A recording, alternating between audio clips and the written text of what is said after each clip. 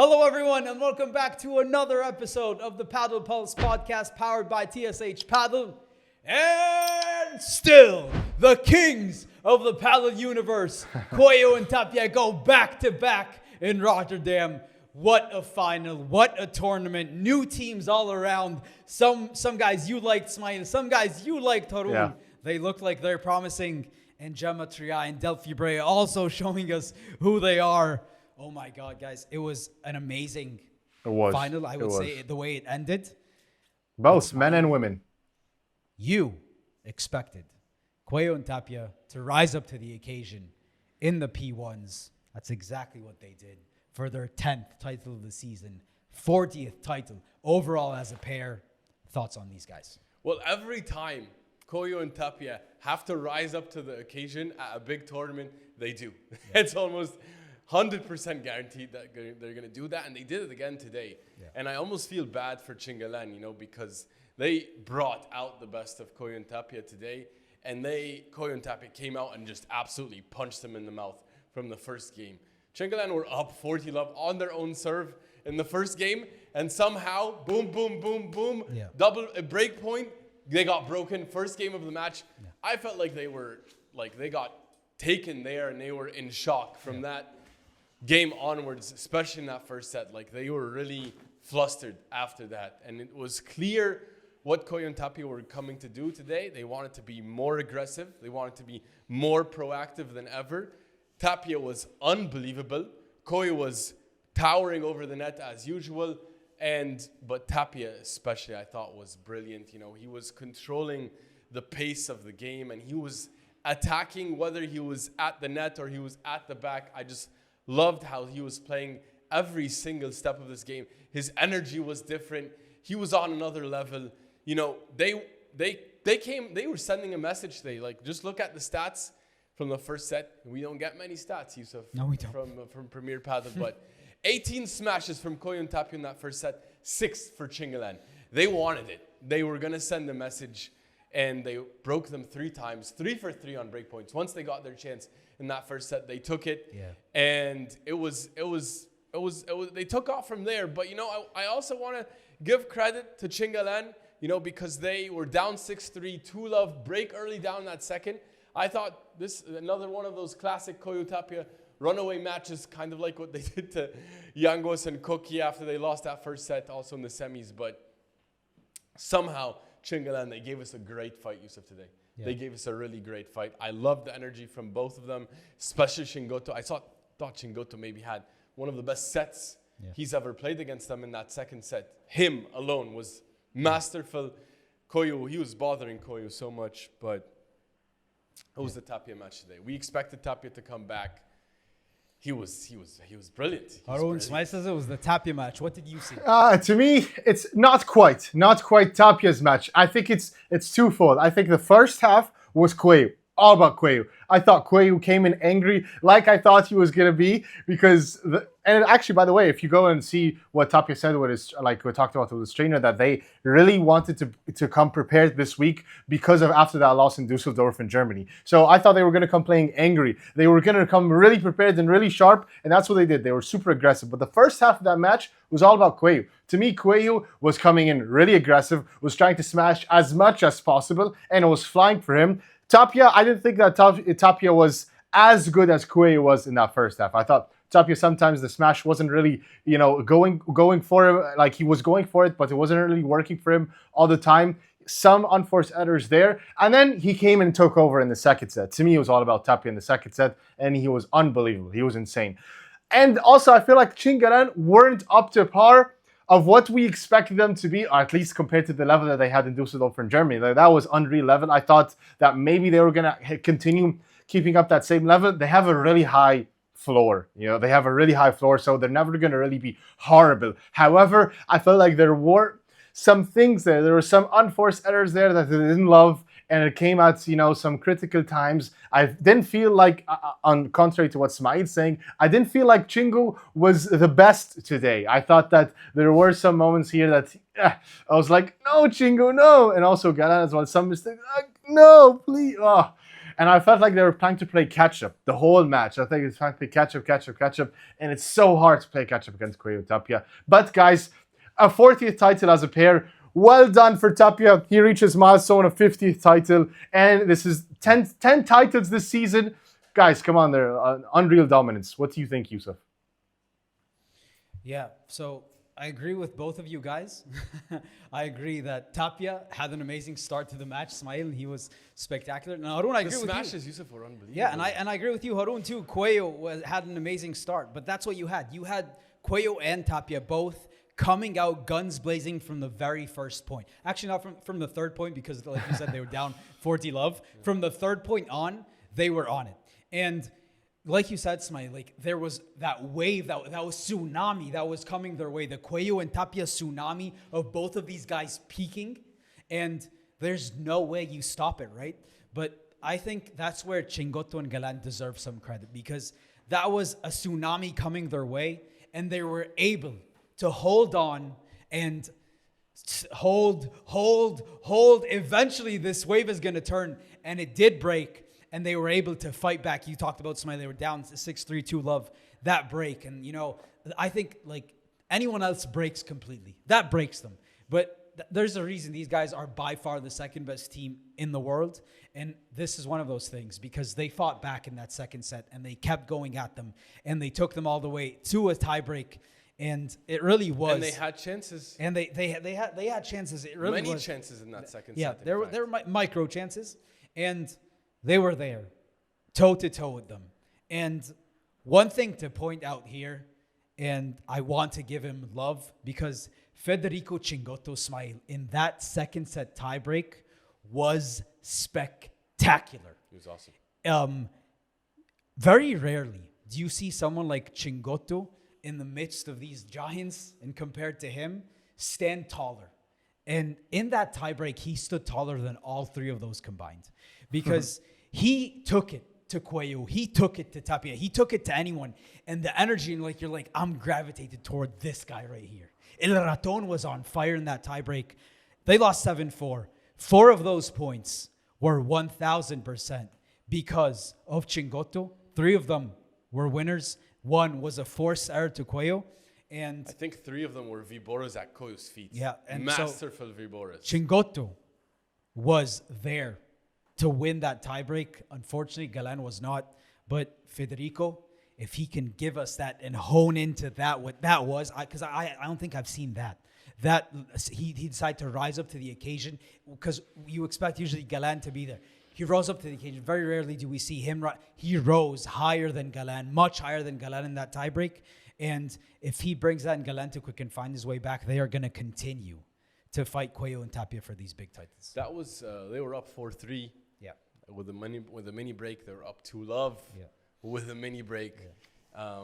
And that was because of Chingoto. Chingoto was giving them. He had them. He had them. They had the energy. They had the momentum. Yeah. Unfortunately, they couldn't capitalize. But I loved what I saw from Chingoto, not only in that tie break, but all through that second set. That was clutch, solid, you know, big heart type of play. Alpha energy. Yeah, it was. From Chingoto. It was alpha energy. It was alpha energy. And, but, you know, they had their chances, Yousef. They had their chances. And, you know, it brings me to a point about really my pet peeve regarding, you know, these top level matches, and something that just bugs me so much when I see it. And it happened at 4-all, 15-30 for Chingalan, a micro chance. And it happened, you know, in big moments, return errors. Yeah.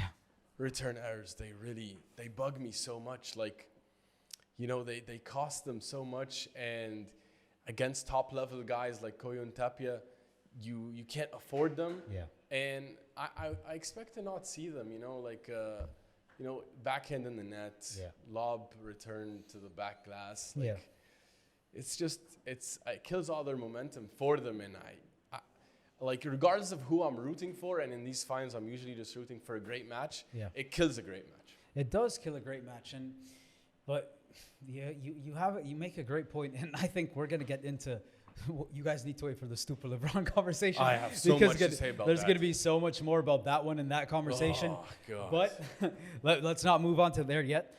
Haroon, 2 things really that I wanted to point out that in this match. And, you know, Ismaeel, I told you while we were watching the match, I'm like, But Haroon, you didn't hear this, so I'm gonna tell you.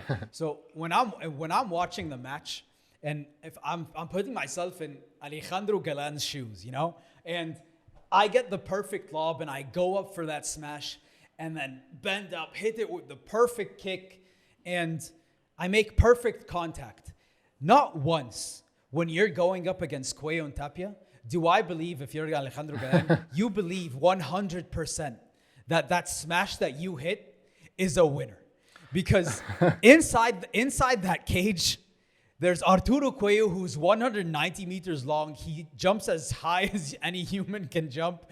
And just not only that, the way he's able to contort his body, he can get the highest of high balls and just whack it back at you for a winner. And then you have Agustin Tapia, who his anticipation is out of this world, and he can run outside the cage. And he has eyes in the back of his head, and he can place that ball wherever he wants to.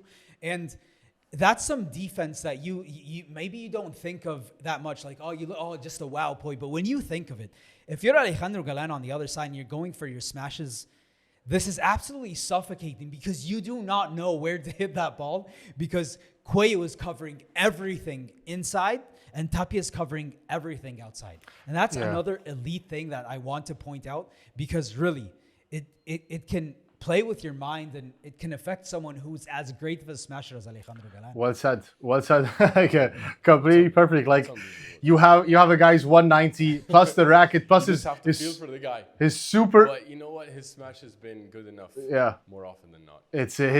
You have a guy that was like you said, Yousef, he's 190, insane vertical. Yeah. He's jumping super. He's so fast. He is so fast. And also, by the way, his anticipation is underrated. Like, he doesn't have, he's not always like, at the back and he's like sprinting or whatever to go to the top. He's already close because he knows it's coming. And then it's like night. It's night. He jumps so high and then he just dunks it.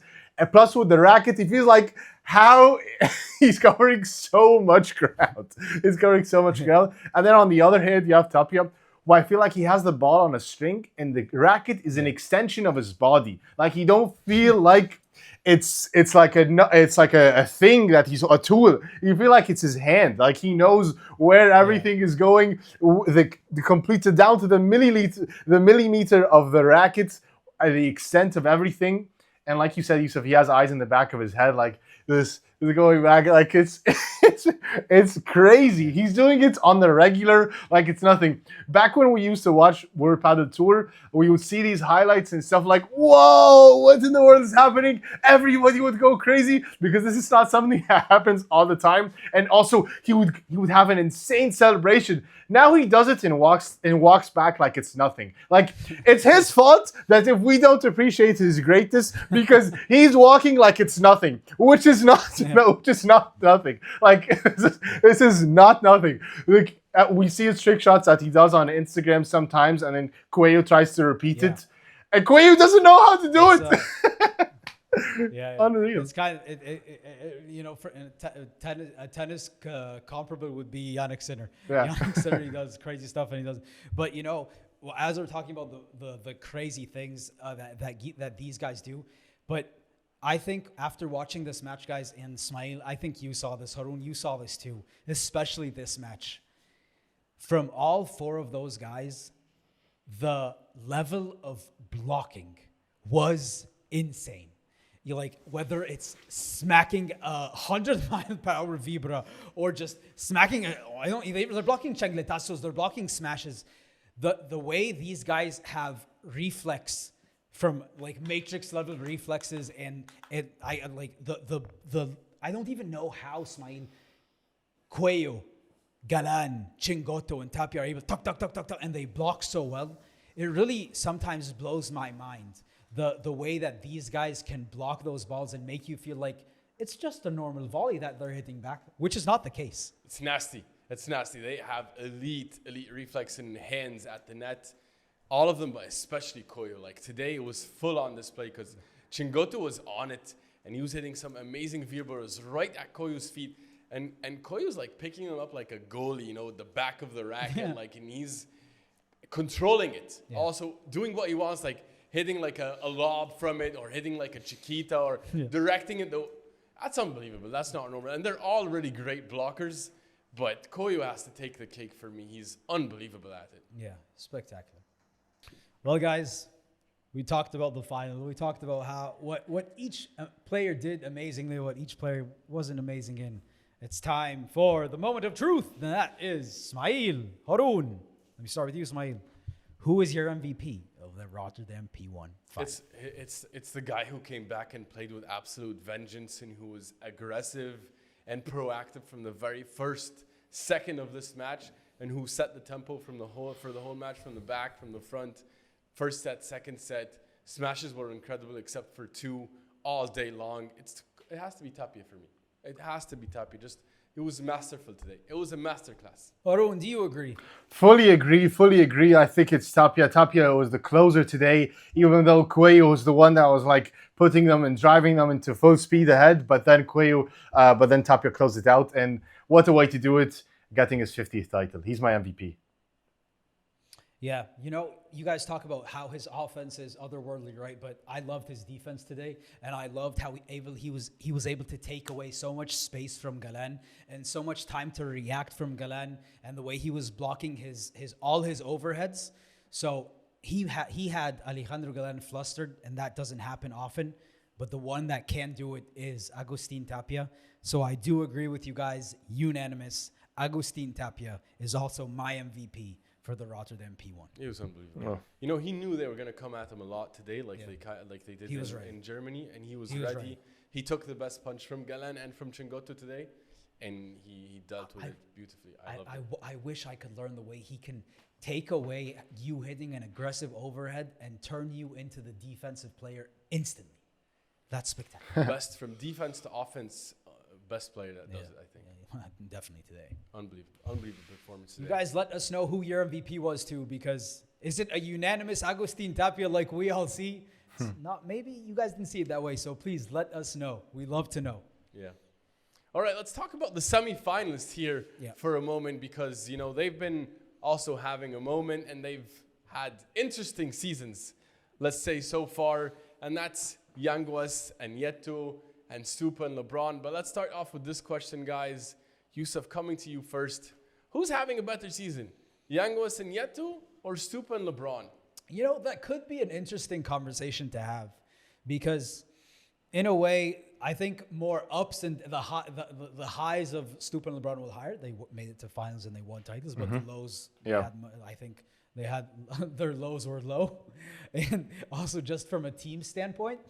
But overall, and like Yanguas and Nieto, like they don't lose before the semifinals. Like it was just a few tournaments where Koki was injured, even though they kept playing, but he was injured. Yeah. But once he was back healthy, they don't lose to anyone other than the Guerrero and Leal had their number for a moment. Yeah, that's when he was injured. Then remember what? And then they came back and bageled them. They gave them double bagels. So like that tells you the level. I love Koki Nieto. I need to say that whenever I can. I love Koki Nieto as a player. So I would but no finals, 10 semifinals. They're 0-10 in semifinals. They're 0 for when it comes to finals. That's tough. But I have to go that Stupa and Lebrón are having a better season, and that's because at the end of the day, it comes down to finals and titles. Like those are the granddaddies of them all, and they have them. Unfortunately, Koki and Mike don't. Haroon, to be fair to Koki and Mike, one of those titles did come during the boycott. So yeah, the Cancun one doesn't count. Yeah. So what do you think? Yeah, for sure. Fine. Even if you take that the boycott title aside, they still also made more finals. So they made more finals. They beat the better teams. They beat Coello Tapia before. They beat Chingalan before, which is something that Koki Nieto and Mike Yanguas did not do. Even though I respect the hell of that consistency. By the way, it's so hard to have that consistency. Yeah, but really is spectacular. Yeah, but. Yeah, I think that overall they had a better season, Stupa Lebron. I'm interested to hear what you have to say.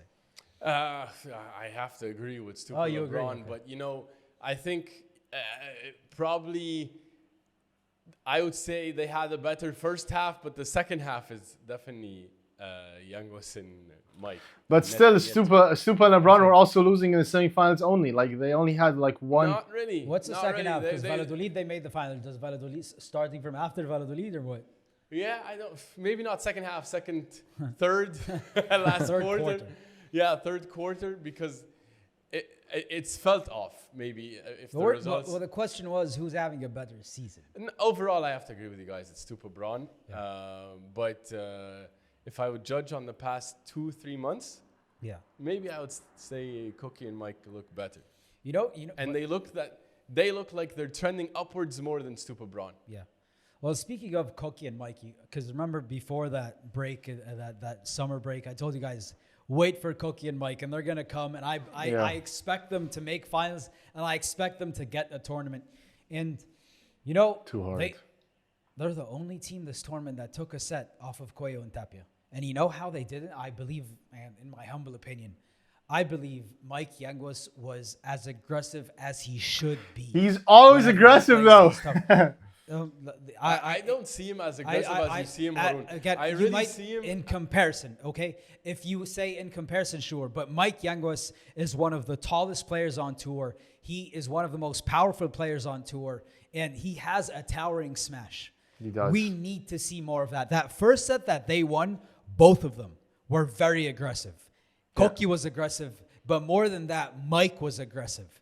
And when they were able to do that, they won that set over Coello and Tapia, and they had them in trouble. And then, you know, Coello and Tapia eventually it doesn't come normal to them to be that. I think even Koki, it's become normal to him to be very aggressive. But Mike, I don't feel like he's as aggressive as he should be. I mean, I don't think Cookie's very aggressive. He's he's becoming much more aggressive in my point of view. Sure, I think he's smashing much more. He's playing. I think he's trying to develop as a player.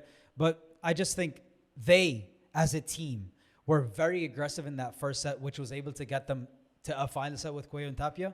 And more of that moving forward, I think they have great chances. That's the only way to beat Coello Tapia. There's no one that has beaten Coello Tapia Cardona in any other different way. No, it's only that style. Diestro and Esprit would have something to say about that.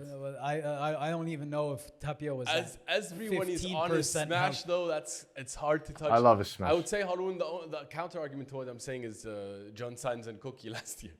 Yeah. That would be in Barcelona. That was the time that was slow condition. Slower conditions. They're gonna get a chance, but they play great. Like they are amazing in slow conditions, right? But you need to add to it. Like if you add that pop also, and they have it. Cookie can smash amazingly, and Mike is super tall. He should be smashing more. Not just that he's tall, but he can play more.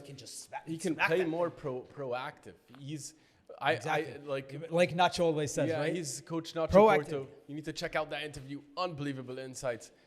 But what a great foresight that Nacho had, by the way.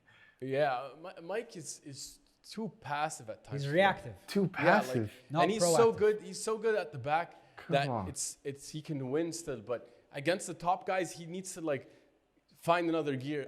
He reminds me of tennis like Zverev. Like he can win from the back, but to beat the top guys, you have to be more aggressive. To beat Alcaraz Sinner, to beat Coello Tapia, you need to tune into another gear. I think that's what I see about Young. I'm looking at it with a completely different glass. You guys with a completely different lens. To me, I see Yanguas is trying to be as aggressive as he can. And by the way, Cookie to build up on. But what do you mean by aggression? Because if you mean, do you mean his víboras? Because that's. I mean, he's trying I mean for going. He's not a wild crazy horse, but he's trying to finish the ball as much as he can. Sometimes. Okay, but just so we can be on the same point here, because víboras, his víbora, he just whips that ball. Not just víboras. Everyone whips the víboras now. I'm talking about I need aggression from an overhead smash, from a smash. No, and I mean coming to the net, forcing your way to the net more. But I mean overall that he's trying to minimize the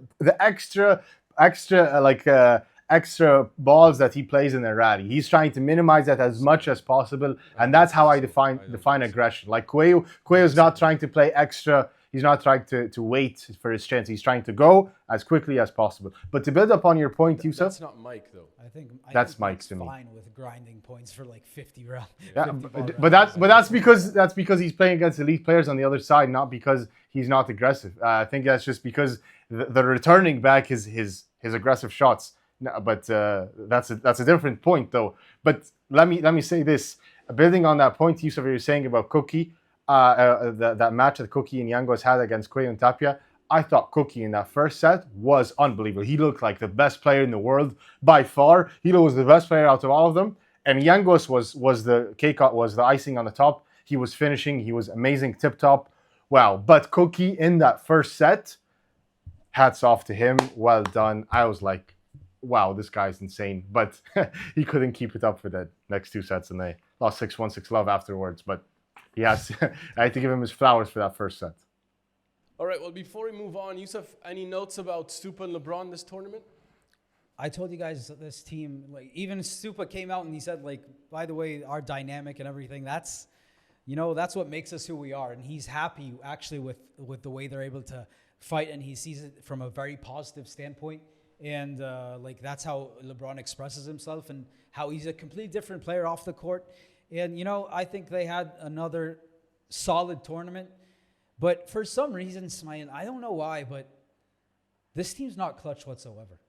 Like whenever it's time to rise up to the occasion, they don't. And they had their chances. They were serving for that set, that second set against Chingalan. Did they lose it from love 40? Or 50, maybe 15-40. But like more often than not, when I see them play, like when it's time to rise up to the occasion, I feel like they're not. And I really can't pinpoint anything specific. I can.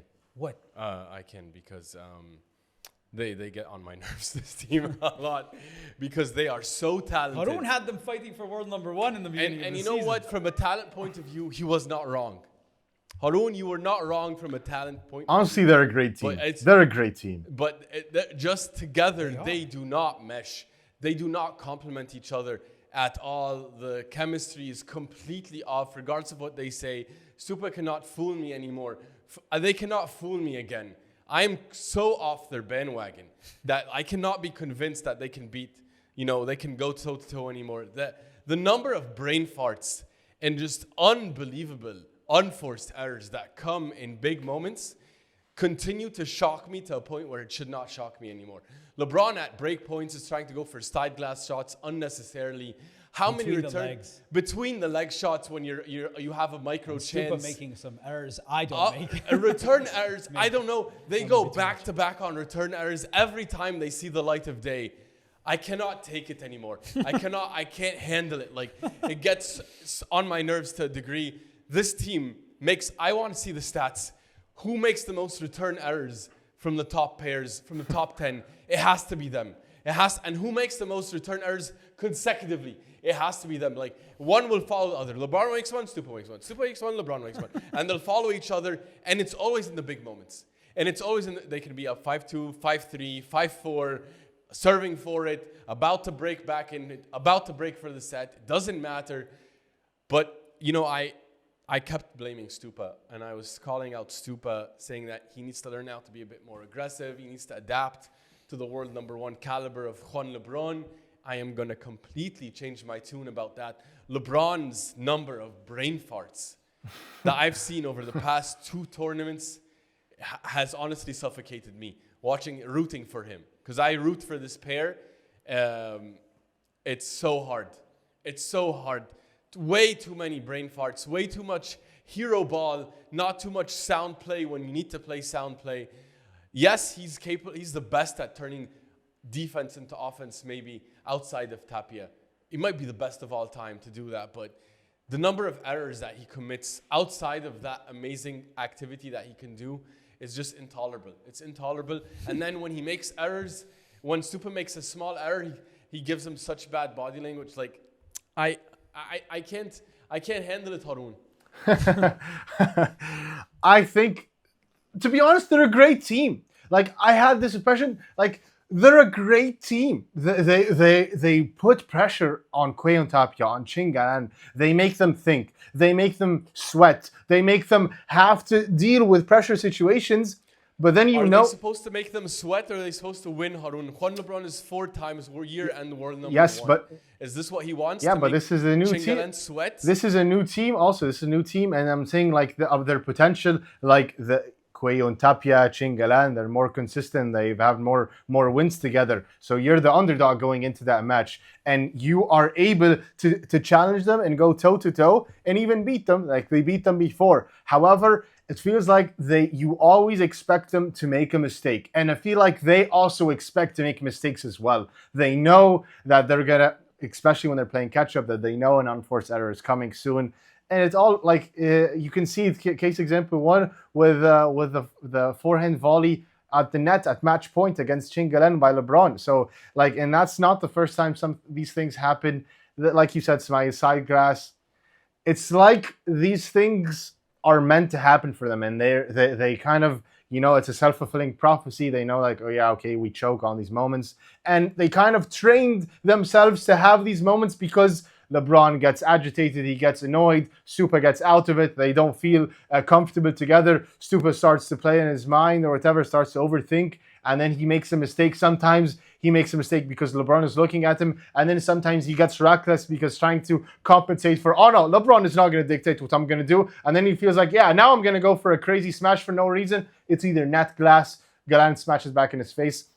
And I feel like it's so messy now, and it's so hard to untangle the spaghetti that they've created with each other.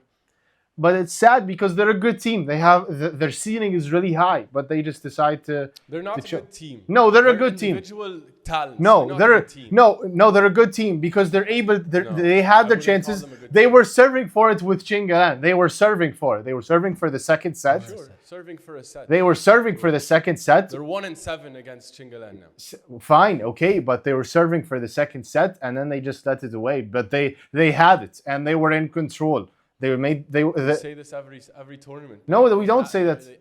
Every tournament they're serving for a set that they blow.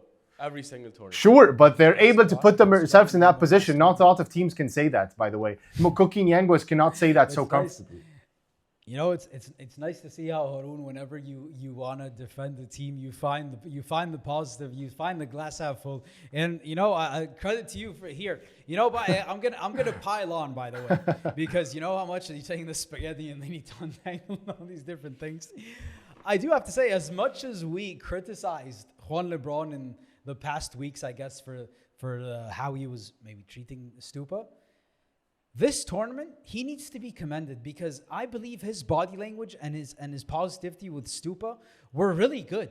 And in that, even if you go back and you check that 5-3 in the first set, okay, and they're trying to fight back, Stupa made, I'm telling you, he made maybe like 3 errors. Go back and watch 3 errors that I don't know if I probably would, but I'm not 100% sure I would make those errors.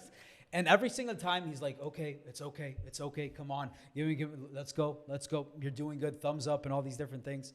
So, you know, he's trying to improve as a partner, and I think I saw that in this tournament, and he's working on himself. So as much as we give him flack sometimes for what he does from a negative standpoint, it looks like he's working on it, and he's trying to be a positive teammate. So I believe that deserves some credit. So Haroon, I'm giving your team love here, but I believe that Lebrón deserves some love here because I do believe after what I saw this tournament, regardless of the results, he was trying to be a better teammate. True. I don't buy it. I don't buy it at all. I don't buy it. No, I agree with Yousef. I agree. Yeah. I want to see it in the important moments, in the biggest of moments. And no, what I saw is that there was the point where they got, I think it was when they got broken back, and you know, Stupa went for, like, there were 2, they made a bunch of errors in a row, and then there was that one ball. Stupa was about to take the ball in the middle. He put his racket up, then he put it back down, and then Lebrón couldn't get it. Then he was looking at him, and then. And you talk about Paris? No, this tournament, and but you're looking for one. I'm talking about it, like in general. I think I want to see it. It shouldn't. This, like, the negative body language has to come up in that, the positive body language has to be in that moment. I'm telling you, it was 5-3 and he's making some dumb mistakes. And I'm telling you, after that dumb mistake, the bad body language. Overall, I think he was trying to. It doesn't matter if overall, but if it's still happening. He's being a good teammate.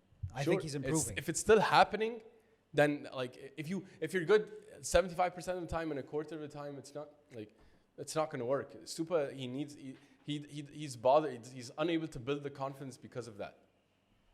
So Well, that, they bothered me a lot this tournament. So I'm not gonna have much positive to say about it. you're biased one way. Haroon's biased. I'm the not other way. biased. I just saw too much this tournament that made me feel you like are, you're not high on them. Haroon not high on them, but it's but not you biased. see It's just what your I glass saw this half tournament. empty. Haroon's glass half full, and well, it's interesting to see. It's why we're having the conversation. So each one has a different viewpoint, and I'm sure people agree with you, and I'm sure people agree with Haroon. So it's nice to have this conversation. It really is. So let's see by continuing throughout the season if they're going to be able to get something. Yeah. Yousef, the other. Let's see. Maybe they win that one. If the top guys gonna be going to that one. If not, maybe that's something that can spark them. Barcelona Masters FIP World Cup pairs. Who knows? Stupa Lebron are the kings of the world by the end of the year. They have a nice chance here because Galan. I don't think they have a chance in Milano, but but Galan, Coello, and Tapia, they're going back to back. Tired. to back. Maybe they might be tired. Like if they don't get tired, I'd be surprised. So there is a micro chance. Yeah. Micro chance, amazing. All right, guys. Moving forward, I want to ask you guys about other partnerships, things we've seen. So, Yousef, I'm coming to you. Which partnership were you most impressed with for this Rotterdam tournament? Yousef, who do you think? Like if I go like the meaning of what you just asked me, I would say no one really impressed me. Really? But who am I leaning towards that I enjoyed?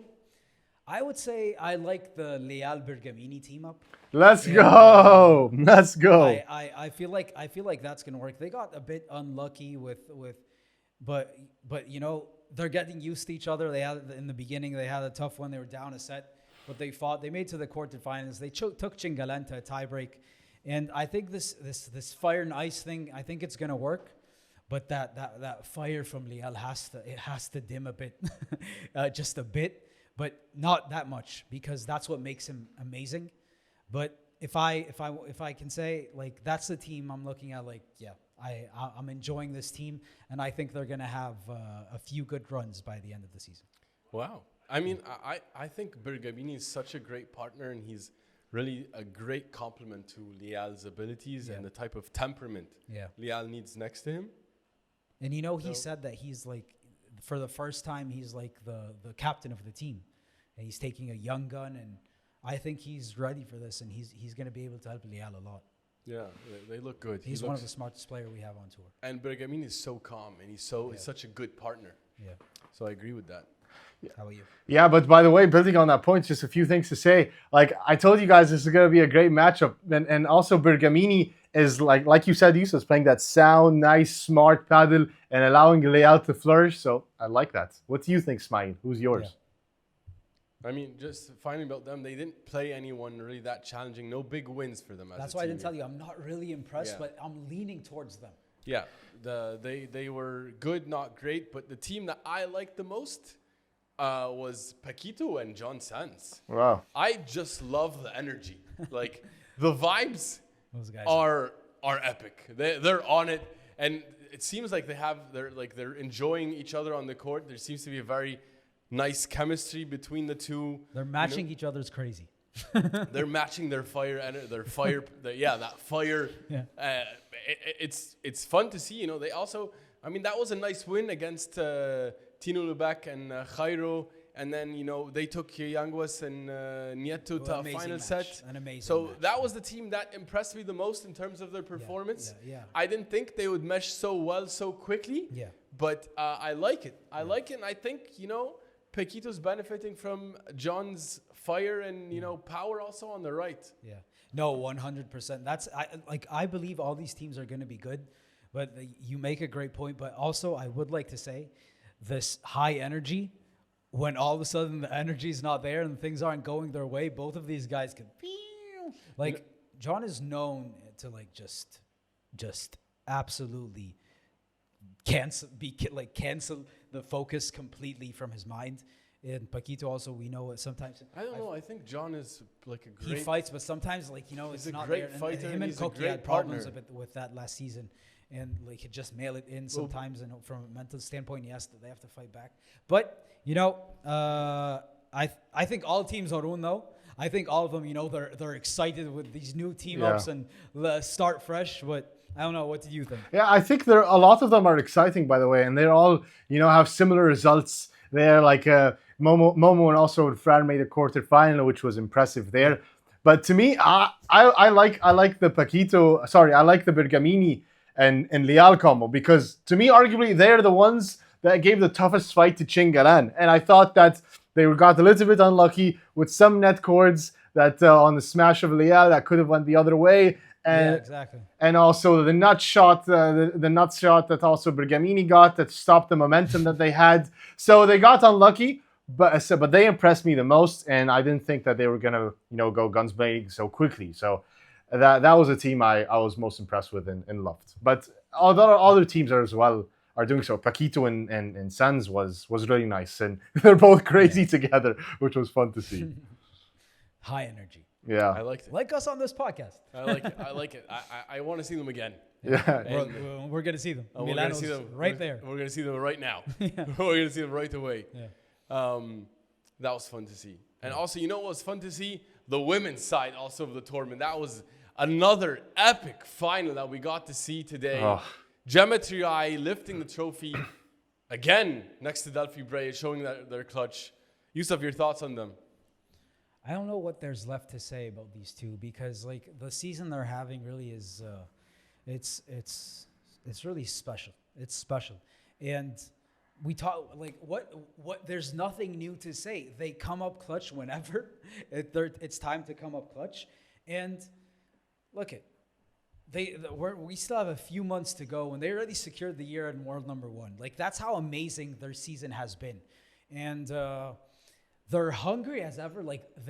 They're not okay, and they're not okay, I'm satisfied. They're not satisfied whatsoever. They want every single tournament, and you could probably expect them to come in Milano and go, okay, let's win this one too, and go back to back to back in 3 consecutive weeks, which is, by the way, insane to do from it. Like you said, the fitness wise, they fight hard. But about this match against Ari and Paula, I picked Ari and Paula to come back and win, and after what we saw in Dusseldorf, but for some reason, Ari and Paula, who are supposed to be this dominant world number 1 pair, they let me down every time the moment is tough. And really, it aggravates me so much. For some reason, they don't come through for me whenever I pick them, especially they're right there, 5-4 in the final set. It's right there, but they find a way to lose those points and lose the game. And I don't expect that from two amazing women who are as accomplished as them. But it happened yet again. Gemma and Delphi yet again winning a tournament, beating them in the same exact way. And the story stays the same. Delphi and Gemma live up to the moment. Ari and Paula, they crumble. Yeah, Haroon, what are your thoughts? I don't know if it's Ari and Paula. I think it's a little bit more Paula. Ari than it is Paula. I'm sorry to say that. I don't mean to throw Ari under the bus. I love Ari. She's fun. Both of them are arguably one of the most fun teams on tour. But I think it's a little bit more Ari. I think Paula plays at a much faster pace and she's more decisive. But everybody plays to Ari. So now she's having to stay with Ari the whole time. And it's, to me, I really don't like it also. Every point, every ball is to Ari. And they're not strong enough to go to Paula Jose Maria because they can't handle her. But I don't agree with this take at all, by the way. I don't. This is you're completely blowing it. I don't love that. See it that way That's something that by the way, that's because Ari is also not so aggressive because she's playing really smart. She's playing bandeja after bandeja after bandeja after bandeja, and they keep going to her, and they're not. And Paula Jose Maria, she's gonna knock that ball right out of there. But then they give her when she's trying to sneak and cheat and go there, but then they catch her offside. So yeah, I think that this is same story like you're saying, Yousef.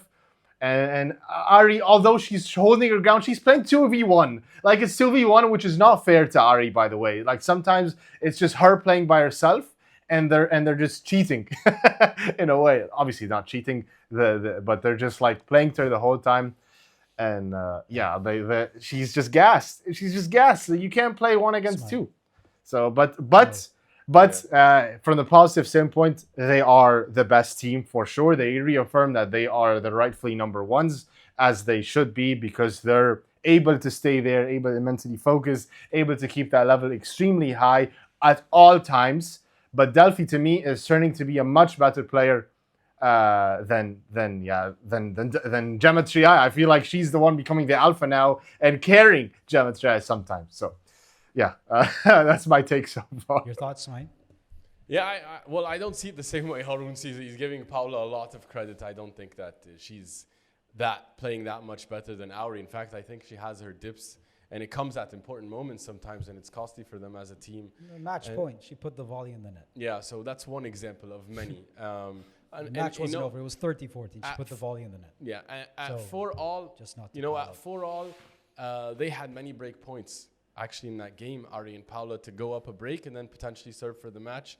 And, both of them alternated in losing those points with some different errors. So it's not fair to blame either one. No, it's a team. I'm not blaming, but also she's having to play more paddle. No, I don't think that's Ari's guy. I think Paula has a ton of errors also from her racket too. But I think just Gemma and Delphi are, they've become so attuned to playing their best paddle in the biggest moments. They're unfazed when they go breakpoint down up 4-all. They recovered from that multiple times, and they hung on. They saved that game at 4-all to hold on to 5-4, and then they broke at 5-4 to win the match. It's just they've built this aura and confidence, both of them together, and it's unbelievable. They both alternate in carrying the moment, I would say. Deserving champions. Yeah. Well, then, who would your MVP be for this tournament? For me, yeah. It's Gemma Triay. She just played so well. I just love what I saw. Haroon, how about you? Yeah, I think it's Delphi. I'm telling you, I think Delphi is. It's her level is so consistent, and she's so in the zone, and she's so confident as well. So she has to be the MVP. Yeah. How about this? There's no MVP. There's Ari and Paula are the opposite of MVPs, and that's it. There's it wasn't. I didn't feel like they won. I feel like the other team lost it. So you want to tell me MVP? No, Ari and Paula really they let me down. I can't disagree with that. It's a continuous story. So I don't think I would give anyone an MVP. No one stood between Delphi and Gemma. No one really stood out to me, but who did stand out to me were Ari and Paula by not rising up to the occasion. So how about that? There's no MVP. It was a very tight contest. So it was. It was a tight contest. Yeah, it was. But 6-4. These aren't two players on the come up. These are two players who have been world number one for God knows how long, and was just taken away from them. What's up? It's a mental battle. They were down 3-1 in that second set. They came back. They won it. I know. But at the end of the day, they lost. And world number ones are evaluated in a different light, and that's what they are. I think you're bringing the same energy I'm bringing to Lebrón. That's how I evaluate Lebrón. Maybe so. Well, that was from the women's side. But guys, we had interesting news come out this week. Last week we talked about this guy and what's going on. He used to be the guy that was causing Coello Tapia nightmares. And then what happens? He goes and he moves on to with Augsburg, and then he moves on to Teo, and then he's supposedly supposed to move on to Gonza. And that's Pablo Cardona, guys. So in other news, Pablo Cardona has decided to end his season and saying he needs to recover from some injuries that he hasn't been able to recover from since Tarragona, which is a long while back now. And I don't know, guys. The beginning of the season, he was called the Coello Tapia nightmare along with Augsburger. And then he reached the point where he doesn't know if he can even find a partner. And now here he is ending the season saying it's because he has injuries to recover from. Do you guys have any quick thoughts on this? Yeah, I mean, it's almost relieving to hear that he's been struggling with injury because he hasn't been playing his best paddle, as of late. And also, maybe that's why players are not signing up for projects with him, because it was weird to see him bounce around from, Teo to Garrido to Gonza to, he's a top player. He's a top player. He's a top talent. He deserves to be on a good project, and he deserves someone to believe in him. Masters final qualifier last year. Yeah, so it's not happy to see him injured, but happy that, maybe there's a reason for it to explain that. But you know, if he's really injured, then maybe it is good to get healthy, like Tino did, take a break, step back. Are you Maybe not believing that's his injury? You think he's not injured? It's just you wonder how serious is the injury because he had signed up for Milano. Yeah, he was playing. He was just about to played. play. Like, how serious is the injury if you just pull out? You know, after the fact that you figure out your partner's not sticking around. So that's the thing. Yeah, because in case anyone doesn't know that the story behind this is he was supposed to play with Gonza Alfonso. That was the beginning of their partnership till the end of the season. And then he decided, Gonza Alfonso, after the amazing tournament he had with Sanyo last tournament, took down Martin De Niro and Leo Alsberg and made it all the way to the quarterfinals. He's like, actually, I'm going to stick around. Sanyo, this tournament's going to go play with Tolito for a quick one, and then they're going to go back together and they're going to continue this project. So Pablo Cardona was left holding all the papers in his hand. He has no contract. Gonza ripped it up, basically, like metaphorically. So he has nothing now. I guess I do believe that played a part, but Haroon, I don't know what your thoughts are.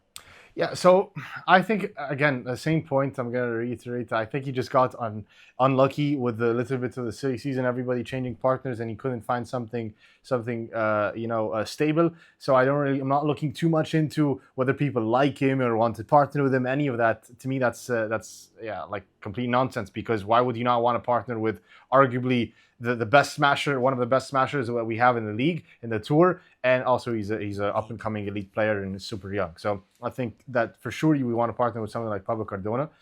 And yeah, I think maybe some things were lingering, and I do believe him. Probably that's Gonza wants to continue playing with Sanyo, so he pulled out. So maybe that was like kind of the push to, okay, fine, let's go back and recover. Maybe it's not like significant, but it's like, okay, now let's focus and recover for now, and not have to check who can I play with next tournament, because it's so exhausting on an amateur level, let alone probably on a professional level. So I think it's nothing, no alarms for me in my regard. Also, it hurts a young player's confidence to keep losing in first rounds. You know, that first round loss next to Garrido. It doesn't add much. That doesn't help him. So, and if he's injured, and if he's injured, it's maybe not a bad decision. Yeah, right? Start fresh, and I hope someone. I said last episode, I hope someone takes like the risk in a way from the top guys. Stupa, think of him. Koki, think of him. He is, I believe, a great option. Even imagine a Jairo next to him. Sure. Could be. But a Bergamini that had success last year with him. Yeah. But Yousef, these players have good work next to him, I think. But Yousef, there's something I want to say that about who Gonza is deciding to continue with, which is Sanyo. Like, can we take a moment to appreciate this guy? Yeah. Yeah, like I don't know if you guys had any thoughts about him as well, but like I think it's a good reason that Gonza has decided to continue with Sanyo. And what's Sanyo doing, by the way? Is Sanyo just deciding to coach up these A1 champs so they let them sharpen their skills on tour? I like that. Like you guys like to say that they're getting their masterclass from these elite legends. I like that. Sanyo's decided to give Gonza master course and Tolito master course to make them sharp on Premier Padel, but Sanyo owns Asperger, your boy Ismaeel. What in the world is that? Sanyo the geezer, 41 years old, one of the most savvy players that we have on tour. What do you have to say about that? Come on, like you have to give him credit for taking down your boy twice back to back. Incredible. Nothing to say other than that's incredible.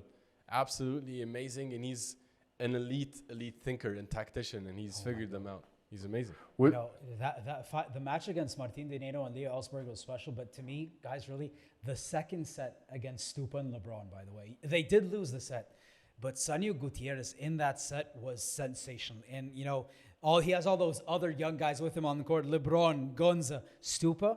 He was the best player on the court. And that's not something easy to say when you have two of the best 6 players in the world on that court with you. But that's what he was. Really, he was special that match.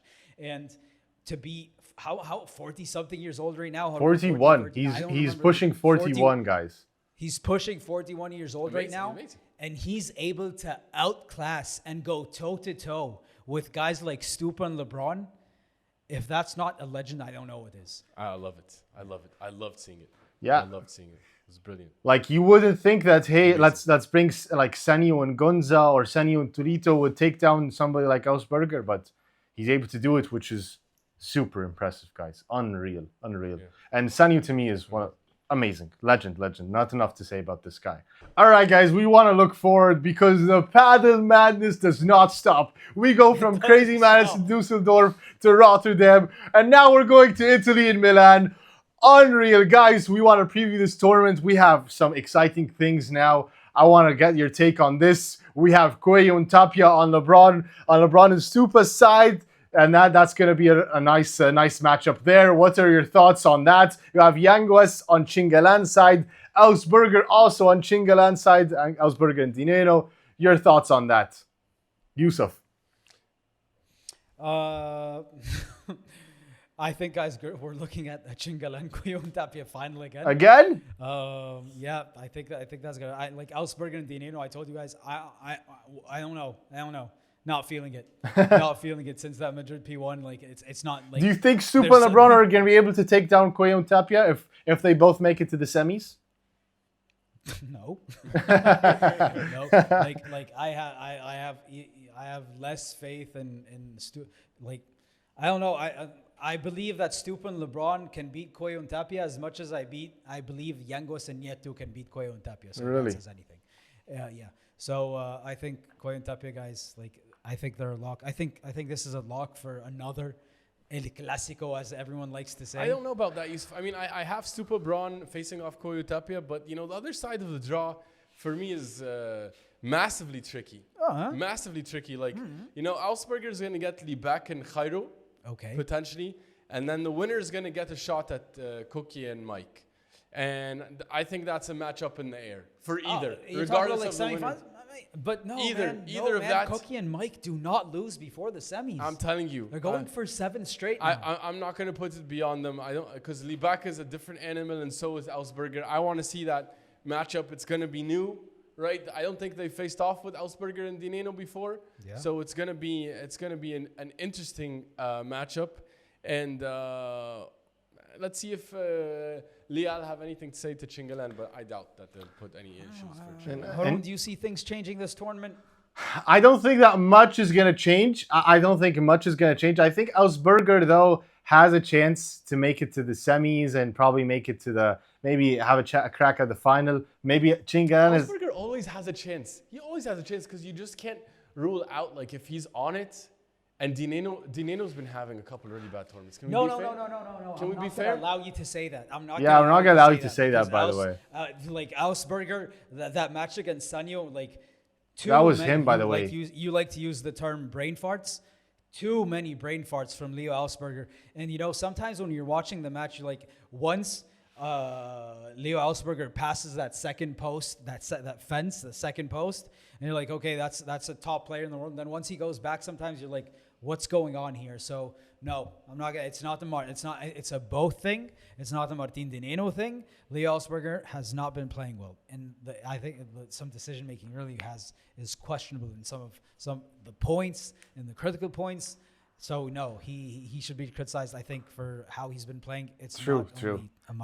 We're also, by the way, going to get a rematch with Javi Leal and Bergamini with Chingalan as well. So that's something that will happen. But also, guys, for Coello Tapia are gonna get they're gonna get Esbree and Alex Ruiz in round two, and then also possibly gonna get Sanz and Paquito in the quarters. And then maybe Stupa Lebron as well. But also on Stupa Lebron's side, there's Momo and Frank Guerrero as well. There's Garrido and Campagnolo also. That's an interesting in the mix. I think that's a little bit spicy. I like that matchup. But I don't think it's gonna. Garrido hasn't done anything to make it spicy, unfortunately. I think you're going off names, not recent form. Yeah. Yeah, but that's the thing. Sanyo comes out. Sanyo is a big time name, and he came up with a huge win that nobody expected. So I'm not low key. By the way, Sanyo has been having a good season. When he was playing with Leal, by the way, they were having good results.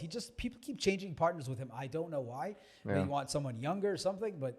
Like Sanyo has been, if you go back and look at his season so far, he's made deep runs many times.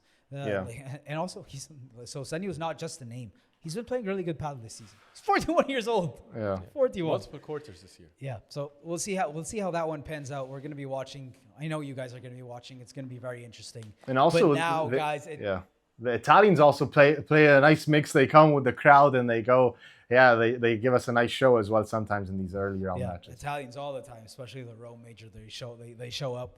So can't wait for the energy there. But guys, it's time for my favorite segment of every single episode, and that is overreaction or not. I'm going to tell you something, and you have to let me know. Do you believe this is an overreaction or do you not? Haroon, let me come to you first with your favorite team on planet Earth. Till a few weeks ago, probably. Stupa and Lebrón will never beat a top 2 team again. Overreaction or not? Unfortunately, this is not an overreaction. I don't think that this is something that's going to happen because, yeah, it's just too hard. They've time and time again, and I don't think they're getting any better. So I think this is not an overreaction. Sadly. This was the optimist of the team, Ismaeel. How about you? He had the word number 1. No, for me, I also agree. I don't think this is not an overreaction. I think they're treading downward. I don't think they're complementing each other enough on court. They're unable to bring their best level in the big moments. The body language is always an issue. Every time they go up, they come back down. No, I'm right now. I might be too much in my emotions, but I just can't see it right now, Yousef. Yeah, I feel like they're moving further away from the top 2 than they are getting closer in the past. I think since the summer break, even though they've had their chances, but as I told you, I don't think I've seen a team like that, like not rise up to the occasion as much as them. So I would say this is not an overreaction. Sad because they're a good team. They're a good team. Yeah, but yeah, interesting. Not a good team. They're good talents. Yeah. No, they're a good team. Well, I guess. Well, next one, Ismaeel. Yanguas and Nieto. Yanguas and Nieto will not reach a final this season. Overreaction or not? Man, they are a fun team and a very consistent team. Very, very consistent team. I'm gonna call overreaction. I think they're going to have a chance in one of the coming P2s. New Giza's coming up. I think the conditions there, outdoor, slower courts, I think it's going to favor them a lot. Stupa has been successful there. Yanguas won next to Stupa the title last year. I think they will have their chance this year. I think. Haroon, overreaction or not? If it's something like New Giza where the top guys don't go and they don't play, then maybe. But if it's normal conditions, then no, I don't think they're gonna make a final. Well, it's not an if statement, brother. You have to make a call. Yeah, there's no. Come on. I gave you a statement. You let me know is there overreaction or not. Well, fine. Then it's not an overreaction. Well, it's an overreaction. It's an overreaction. Yeah. Whether it's going to happen, though, no, but it's an overreaction for sure. I am so confused. Yeah, me too. Yeah, so people in the comments, by the way, always back me up when you guys get confused. But thank you guys for the support. So will or will not make a final? They will not, but it's not an overreaction. But it's an overreaction. It's an overreaction, but I don't think they will. But the statement is an overreaction. 100% confused. Okay. But he said the comments are going to back him up. So then he fried me. Like they did before. And they will again. So the statement is an overreaction. Whether I believe it's something that's going to happen, no. But it's an overreaction.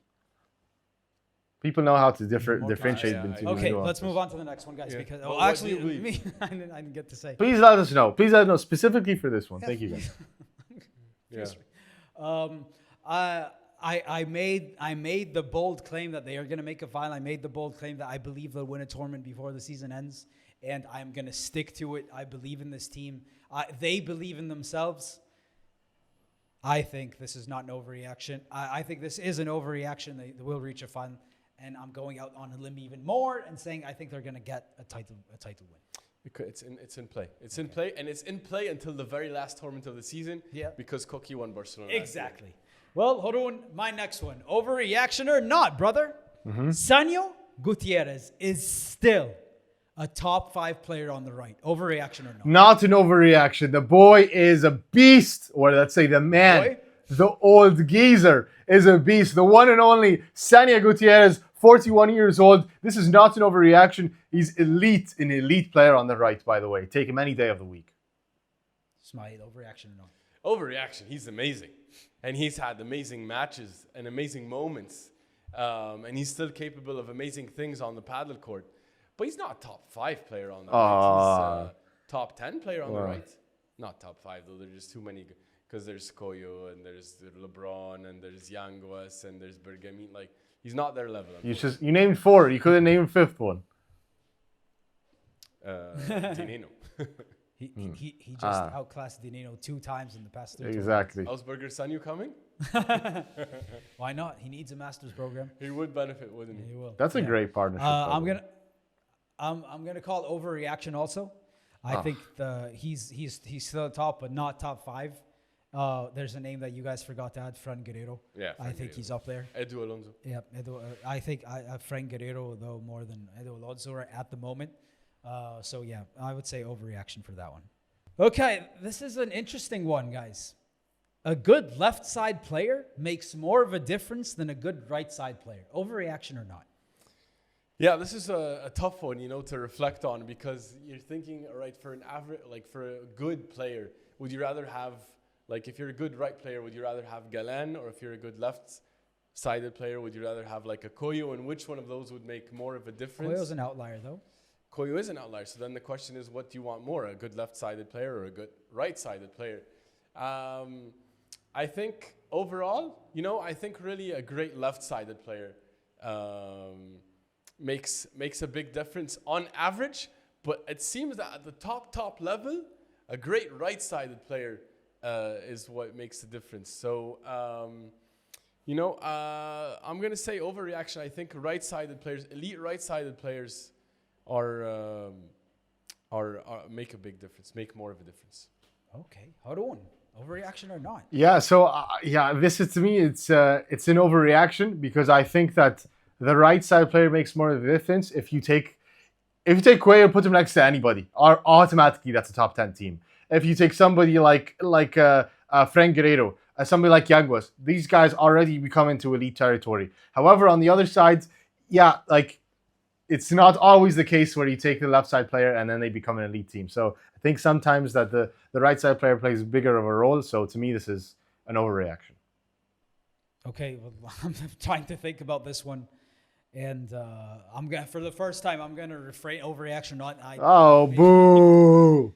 Boo! I can't say because it's very, very, very nuanced depending on the player that's playing and the style of play.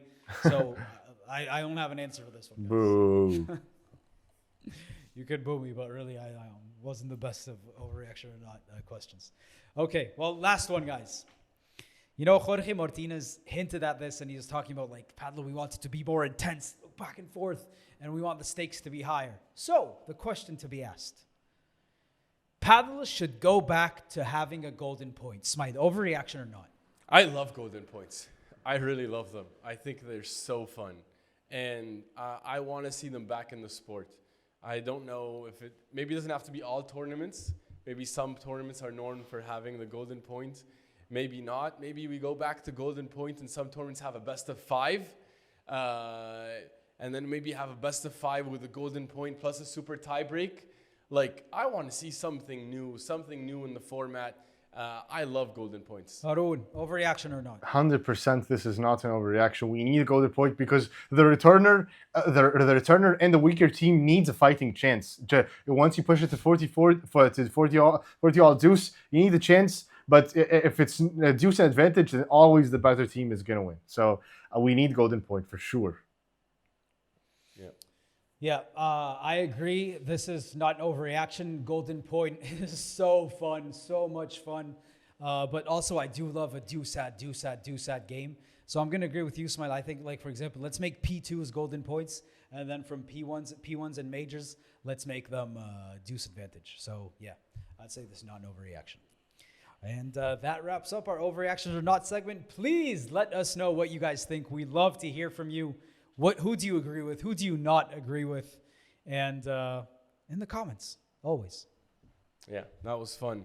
And, we like to keep it transparent and 100 on this show. Let you know where we were right, where we were wrong. Let's start off with where we were wrong. Guys, Yousef, you're the only one that was wrong on sign. You had Chingalan, but I wear it like a badge of honor. It was a proud proud, good pick. We're happy that someone took them. Yeah. And we need fun picks like that. We encourage you for that moving forward. And on the women's side, guys, Yousef, you had Ari and Paula. Don't wear that like a badge of honor, honestly. Yeah, they let you I'm not down. happy with them. But again. Haroon also had Ari and Paula. Yeah, I think Haroon, you also had Ari. So you guys made the brave pick. However, they did let you down. Where we were right, well, me and Haroon had Coello Tapia. So we were right on that going into the tournament. Yep. And I had Gemma and Delphi also. Nice, you picked the world number ones. Good for you. Yeah, not a special pick. I think it was, I don't need to get too much credit for it, but just I couldn't see them changing the momentum, guys. Yeah. Well, guys, guess what? Padel is not resting whatsoever. We're back. Actually, it's ongoing. The Milano P1 is underway. And even though the tournament just finished in Rotterdam, we're late to the party. But guys, it's time to make our picks for the Milano P1. Ismaeel, who wins the Milano P1 on the women's side? Well, they've been unstoppable. You have to convince me that there's someone that's going to be capable of stopping them, and we haven't seen it. Yeah. Aside from, passing by moments here and there over the course of the season, they've been so dominant. I'm going with Gemma, Triay, and Delphi, 100%. Haroon. They've got this in a lock. Haroon, do you agree with him? Yeah, the boring pick of Gemma, Triay, and Delphi. They don't crack. They don't crack, and they're just so smart. But yeah, it would be maybe Bea Gonzalez and Claudia Fernandez would shock us, but I think it's still going to be Delphi and Gemma, Triay for me.